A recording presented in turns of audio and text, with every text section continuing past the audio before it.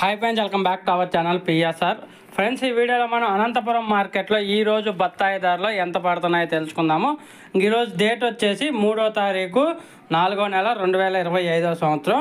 ఇక్కడ అనంతపురం మార్కెట్ విషయానికి వస్తే ఈరోజు ఓవరాల్గా చూసుకుంటే 1100 టన్నులు అయితే రావటం జరిగింది. 1100 టన్స్ అయితే రావటం జరిగింది. ఈరోజు అయితే స్టాక్ అనేది కొంచెం ఎక్కువగానే వచ్చింది.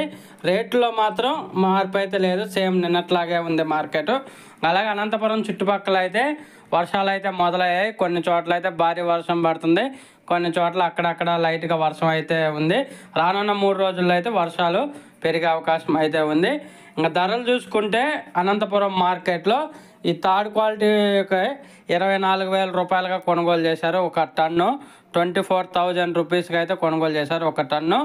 అలాగే మీడియం క్వాలిటీలు వచ్చేసి 26,000 రూపాయల దాకా కొనుగోలు చేశారు.